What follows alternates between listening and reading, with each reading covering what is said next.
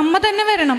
അപ്പം എൻ്റെ അമ്മയാണ്, പരിശുദ്ധ അമ്മയും എൻ്റെ പെറ്റമ്മയും കൂടി താങ്ങിയിട്ടാണ് എൻ്റെ ബെഡിലേക്ക് കൊണ്ടിരുത്തുന്നത്. ബെഡിൽ കൊണ്ടിരുത്തിയിട്ട് ഞാൻ പൊട്ടി പൊട്ടി കരയുവാണ്.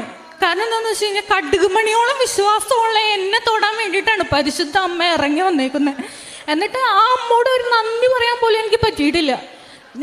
എനിക്ക് കുറച്ച് നേരത്തേക്ക് ഒന്നും സംസാരിക്കാൻ പറ്റുന്നില്ല, ഫുള്ള് ബ്ലാങ്കാണ് ഞാൻ അവിടെ ഇരുന്ന് കരഞ്ഞുകൊണ്ടിരിക്കുക. അപ്പം അമ്മ പറഞ്ഞു, എന്തിനൊക്കെ അറിയുന്നത്. അപ്പം ഞാൻ എൻ്റെ കൈയൊക്കെ ഇങ്ങനെ വെറുതെ വെക്കാൻ പറ്റില്ല, ഇങ്ങനെ ഷിവർ ചെയ്തുകൊണ്ടിരിക്കും.